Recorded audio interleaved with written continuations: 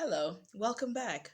I'd like to share with you today from the book of Mark, chapter 12, and verse 31, a verse that says, "And the second like it is this, you should love your neighbor as yourself.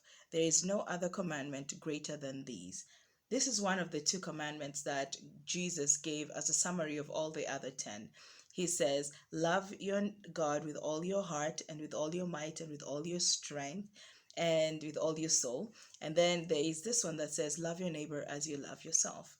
As Christians, it is very common for us to be taught that we should always put other people's interests above our own. And that is somewhat true. I'd like to challenge that idea today, because the idea is that we should always put other people first. We should always consider what they want first before we can even consider ourselves.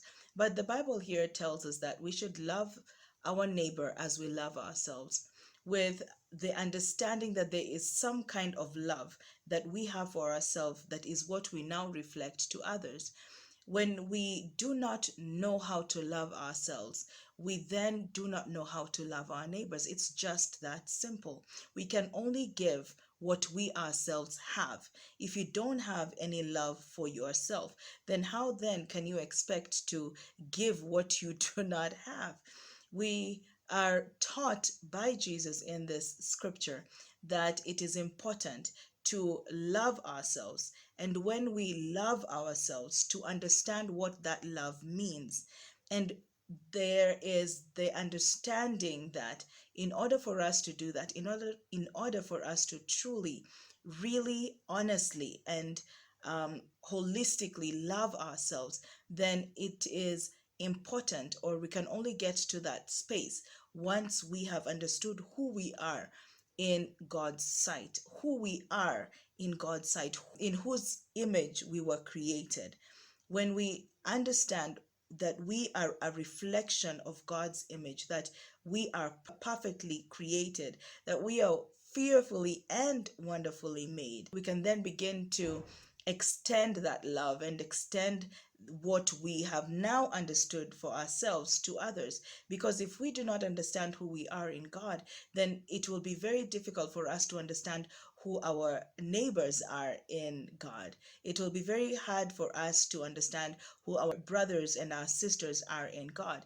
And that is why it's so easy for us to hear of cases that where people are not kind to one another, where people are not respectful of other people, where people are very mean, sometimes even to the extent of being evil to one another. We can do evil things to one another and justify that evil because we have not yet understood that just as we are children of God, then our brothers and sisters and everybody else is just the same. They are also precious children of God. And so, what Jesus is basically trying to tell us is that, and it's ingrained in another scripture that says, "Do unto others what you would have them do unto you." It's the same principle, that what you have understood about yourself is ultimately what you will then give to others. And that's why sometimes it is important for us to recognize that when people are mean to us and when people are bad to us, when they do evil things to us, we should not take it personally, because what they do to us is basically just a reflection of who they are in themselves, or what they have not yet understood about themselves. They are just reflecting who they are inside of themselves. And so I would like to encourage you today to be kind to yourself, to take the time to learn yourself, to be generous with yourself, to speak words to yourself that are understanding, that are kind, that are even forgiving. That it's okay for you to forgive yourself for the things that you would not have wanted to happen to you, or that you have allowed to happen in your life, and now going forward, be a better person and make better decisions and make better choices.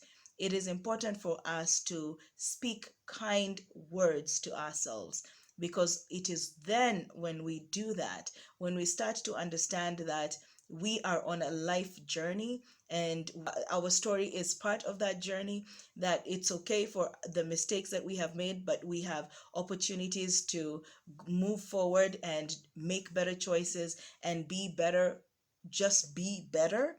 Then it is um, our prerogative that once we have understood that about ourselves, to then extend the same kindness and generosity and understanding and even forgiveness to others.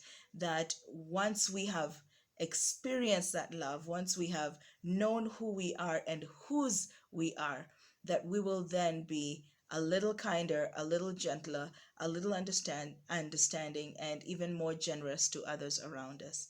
I pray that today you will be kind to yourself, that you will learn what Jesus really meant when he said, love your neighbor as you love yourself, that you will spend time knowing yourself, loving yourself, and being kind to yourself, changing the narrative that is in your mind that tells you that you are less than. You are just God's child. You are just as worthy. You are just as precious. You are just as lovable and worth loving as anybody in this earth. And so I just want to encourage you and to ask you to be just a little kinder to somebody else as you are kind to yourself, so that we could have a wonderful life and world in which we can all reflect the love of God and his image on this earth. Thank you so much, and I will see you next time. Be blessed.